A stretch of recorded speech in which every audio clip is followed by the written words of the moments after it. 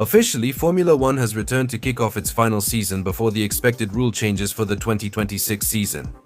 Where today we had a calm morning session, but later it was somewhat ruined by a power outage, which reduced much of the afternoon activity. Although some of the lost time was recovered later, the drivers still had to deal with a bit of rain and also the cold. It was a strange day overall, but it's still the first real taste of the season, and what the teams have been able to run is starting to give us some hints about what the season might bring.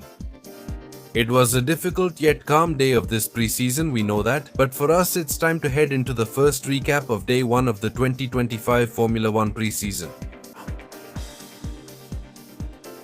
Haas was by far the slowest team of this preseason, but one of the most productive overall, with a lot of mileage accumulated between their two drivers and a trouble-free session. They completed a total of 157 laps, being the team that did the most laps on this first day.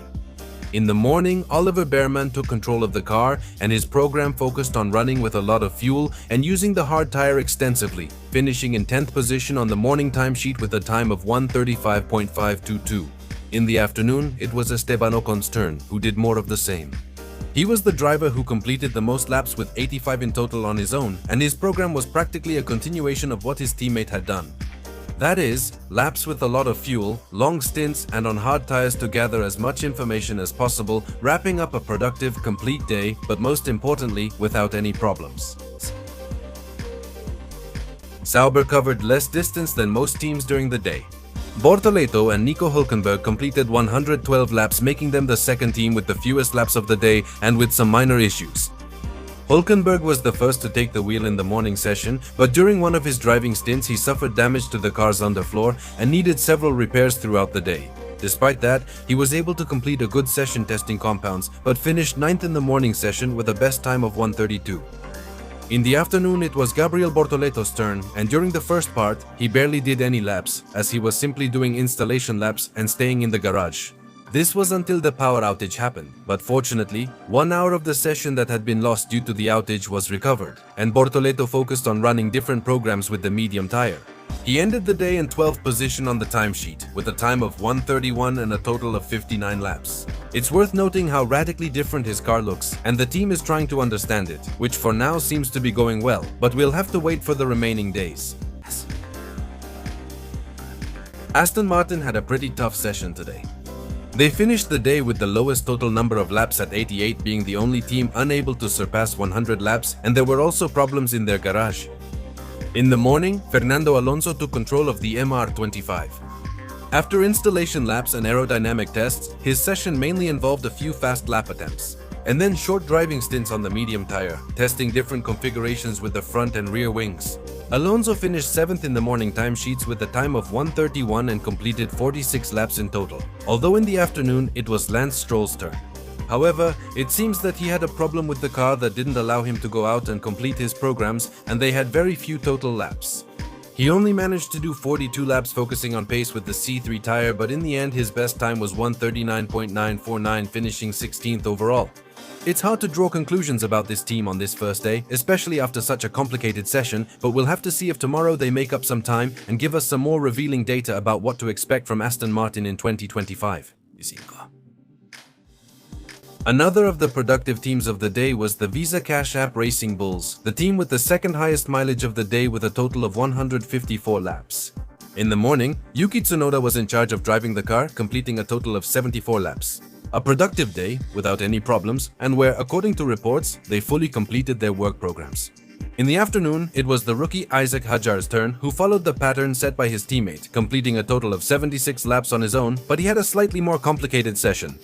A few mistakes, a spin, and some instability in the car, but overall he more than fulfilled what was expected of him on this first day. Although the car's behavior through corners, especially at low speed, is not encouraging, at least for now.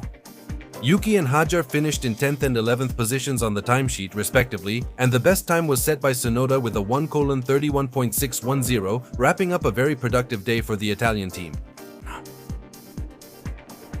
Alpine wraps up a good day of testing with no reliability issues, good mileage accumulated, and a total of 140 laps completed where the drivers made good use of the day. In the morning, Doohan was the one who took control of the car, quickly focusing on aerodynamic testing. In the first part of the session, and later on, he completed his programs with his driving stints. using both compounds, both the hard and the medium, and having a few scares, like some lockups and running wide in a high-speed corner, but nothing serious. Completing 68 laps and setting a time of 1:31.841. In the afternoon, Gasly took over the car and his program focused on runs with the hard tire and completing several laps, managing to do 72 laps and finishing 6th on the timesheet with a time of 1:31.353, highlighting the reliability and consistency he showed in his different stints behind the wheel. We'll have to see tomorrow how the car performs when they try more race simulations, but at least the first impression is much more positive than what was seen in preseason last year. Williams finishes the first day as the 5th fastest team, although let's remember the times are not really relevant in this preseason. During the morning, Williams had a pretty calm session, where Alex Albon was the driver in charge of taking the car out in this work session. And this was mainly focused on installation laps and aerodynamic testing on the car. Wrapping up a trouble-free morning for the Grove team, and with the 3rd fastest time of the morning, clocking 1:31.573. In the afternoon, it was the smooth operator's turn, who did a thorough job, completing 68 laps. His most notable stints on the medium tire put him 5th on the timesheet, with the Spaniard making a few quick runs, ending the day with a time of 1:30.955, and between their two drivers, they completed a total of 129 laps. A pretty productive and trouble-free day for Williams, but at least the first glimpses are quite encouraging. It seems that the car is much better than its predecessor, but we'll have to see how it develops starting tomorrow. Ferrari had everyone's eyes on them, being one of the teams with the highest expectations, and they finished the day completing their different work programs with a total mileage of 141 laps between their drivers. In the morning, Lewis Hamilton debuted the car, quickly starting aerodynamic tests with pitot rakes. But in addition, he focused a lot on working with the medium tire, even leading the timesheets at some point. But that wasn't the main point, since his job focused on following Ferrari's schedule and attempting fast laps. He focused on lap after lap with the Ferrari, completing 70 laps just in the morning session and finishing with a time of 1:31.834. After this, he handed over to Charles Leclerc, who took charge of the car in the afternoon, and during the first part he led the session until the power outage occurred. After that, he was eventually overtaken and simply stuck to following the program. Running on medium tires and doing different aerodynamic tests, he completed 71 laps in total, following Ferrari's data collection program, and finished 4th on the timesheet with a time of 1:30.878. A day that didn't show much about Ferrari's pace, but it was still very productive. No problems, and tomorrow and Friday will definitely be much more revealing about what to expect from Ferrari in 2025. Red Bull, for their part, have a lot of questions to answer after what happened in 2024, especially considering that the RB21 is very similar to its predecessor. Despite this, the team has already confirmed that most of the changes are invisible on the car, and their start has been exactly what Red Bull was apparently hoping for. Today, Liam Lawson and Verstappen shared the car, starting with the New Zealander who drove in the morning session. He didn't have an easy session, but completed many laps while carrying out the team's aerodynamic tests and showed speed during his stints. However, during one of these stints, he made a small mistake that ended in a harmless spin, and Red Bull took advantage of the day to test different setups, up to 5, according to some reports. Liam finished his session with 58 laps and ended up 2nd on the timesheet for the morning session with a time of 1:31.560. In the afternoon, it was the world champion who was in charge of driving the RB21, and in addition to continuing with aerodynamic tests with different setups and configurations, he made a few fast laps after the power outage, which left him in 3rd position. Although the important thing is that the car looks stable overall, and Red Bull points out that things have gone well on this first day, and that the car responds the way Max wants it to, which shows that they can find the confidence they had lost in the 2024 season. The confirmations will come in the next few days, but at least for now, the RB21 seems to be improving on the problems that the RB20 had. Mercedes ends the day with the 2nd fastest time of the test session, and a productive session where their drivers completed a total of 148 laps.